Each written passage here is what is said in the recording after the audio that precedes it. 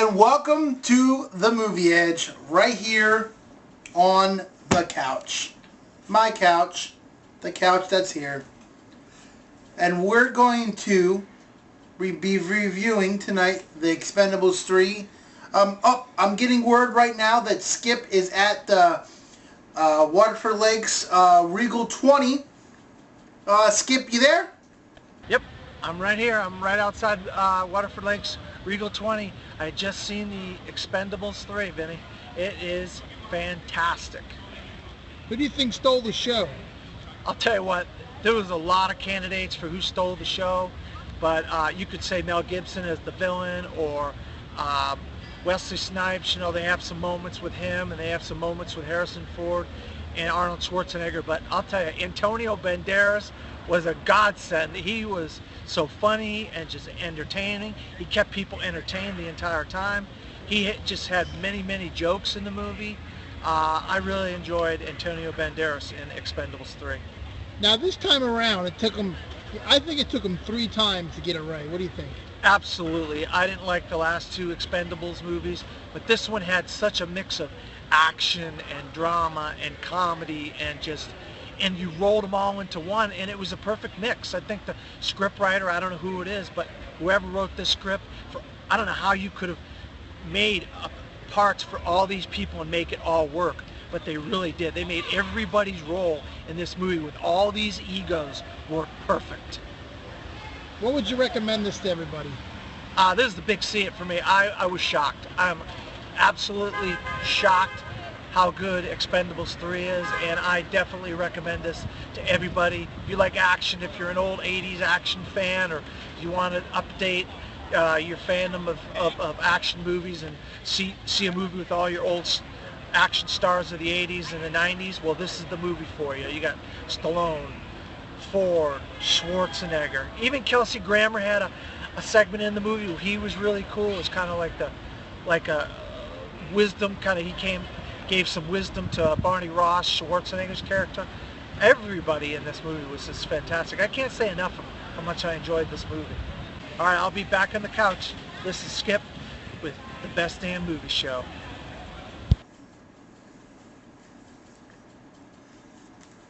All right, Skip, we'll see you when you get back here on the couch. Tonight we're going to do a little bit of movie news. We're going to be reviewing that. Also, we got a segment from our new buddy Mark. He has a little spy movie that he's going to be reviewing. I'm not going to tell you what the name of it is because I'm going to let you guys have a suspense and wait for it. Also, we're going to be drinking some nice cold beers on the couch. I know it's too early in the morning for some beers, but, you know, hey, we get our morning started the right way.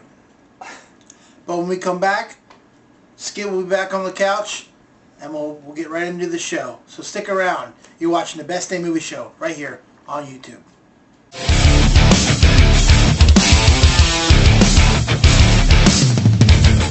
I can't stop thinking about the way I left you sinking with no escape. And welcome back to the Best Damn Movie Show right here on YouTube. My buddy Skip is back from Waterford Lakes. Man, what a quick turnaround that was, huh? Yeah, man, I got out of there quick and got back to the couch, you know. I can't do the show unless I'm on the couch with you. Yep, this nice blue leather couch. I like to sit on this and talk about my movies. But, since she reviewed Expendables, I think I'm going to review it real quick. Yeah, go ahead. Tell our listeners and our fans what you thought. Well, I seen the Expendables about 2 weeks ago. They had a leak of the screener online, and I got it from another buddy. So I got to see the full film before it came out. But I have to say, like Skip said, this is probably the best one out of all the ones in the franchise, the 3 they made. And I said to myself, I have to see this on the big screen. So what did I do? I waited till there was an advanced screening of it. Instead of paying for it, I saw it for free. Like I said before, I might retract some of my statements that I said before. I'm going to say this. I'm not a big fan of Harrison Ford.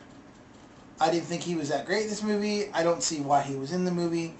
and I feel like I feel like they're just giving him roles because they know that he's too old. I know he's going to be in the new Star Wars film, but you know, like you said, the only reason why he's doing Star Wars because he wants to do it in New Indiana Jones, and that's Indiana Jones and the Wheelchair Returns is what that's called. He'll be swinging from the wheelchair from the rope across wherever he's coming from. The bridge. The bridge. Over the bridge over the gorge. I see that. I feel like Schwarzenegger is getting more and more parts in these movies as we go on. You know, the first one they did it in like 2009, and they couldn't use him as much because he was the governor of California. And then the second one came out, they used him a little bit more than the first one, and then the third one, you know, he still has little parts, but at the end, he was mainly in the end of the film, along with Jet Li. You know, Jet Li had a small part in this film. Like I said before, I see that Wesley Snipes had a lot of good humor in this film, but I just don't see a need for him. I also felt like Terry Crews. I'm saying his name right, Terry Crews. Yeah, he was. You know. I felt like that was a waste of time. I feel like why put him in there if you're gonna kill him or if you're gonna make him get shot in the beginning of the film and miss all the action. I mean, he's a big enough guy to where you want him to be in there. You want the other people, the bad guys, you know, the villains, to be afraid of a guy that's a big black built muscular dude, and they didn't do it this one. You know, and Wesley Snipes, he's only in there for a little bit. He's on there. Like I said, Kelsey Grammer. I enjoy Kelsey Grammer. I think his 10 to 15 minute scene that he had in there, I thought was good. Stallone's always good. Mel Gibson, I can either go with or without Mel Gibson in this film. I felt like, you're used to seeing Mel Gibson as a good guy, and it's kind of weird to see him as a bad guy. Overall, I'm going to have to give this movie 6 out of 10. I thought it was a good film. I thought it was really good. Well, good. I'm glad to hear that because obviously you know how much I enjoyed it. So now next week we have a little slam pack weekend, don't we? Yeah, we're gonna try to see what if I stay in Sin City, A Dame to Kill For next week. So hopefully we're gonna see 3 screenings next week, and we'll be able to give reviews. That poster in the hallway. You know what I'm talking about. Of Jessica Alba dancing. Oh my goodness gracious. Yeah, I know. I'm not gonna say any more but that. I might watch the first Sin City just for the heck of it, just to get used to the second Sin City before it comes out. Well, before we get into movie news, we got our friend Mark. I'm getting word that he's sitting at the Los Patas on Lee Road, and he's having a delicious something, cheesesteak, hot dog, something. Mark, you there?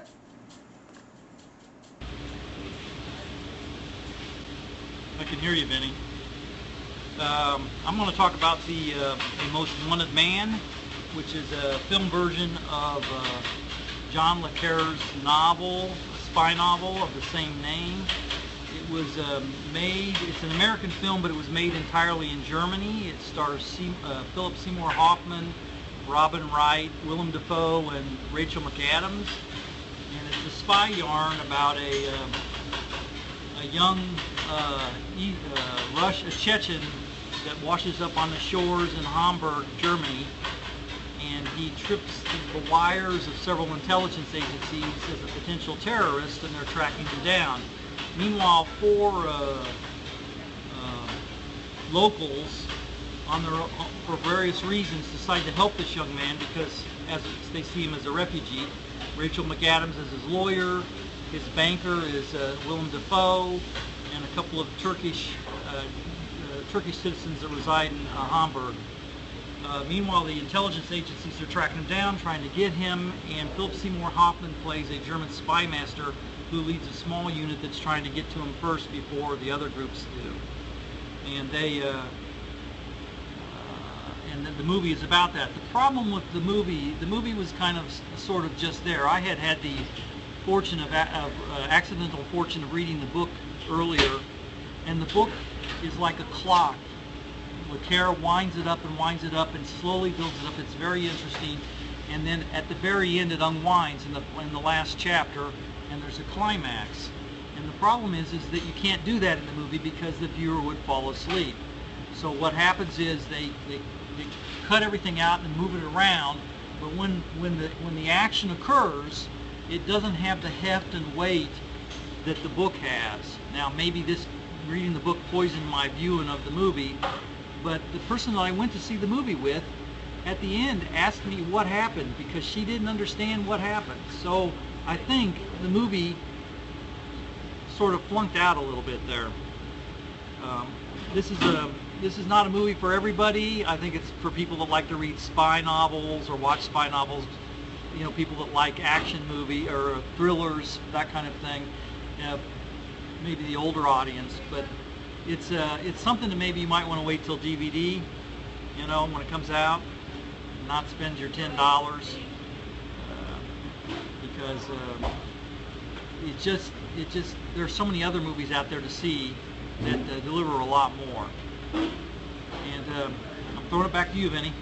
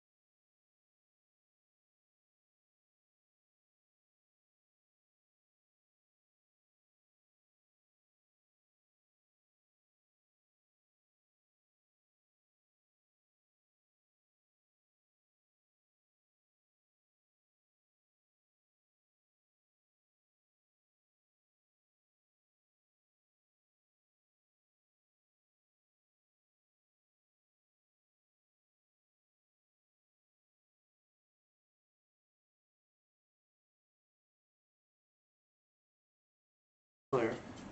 Well, before we get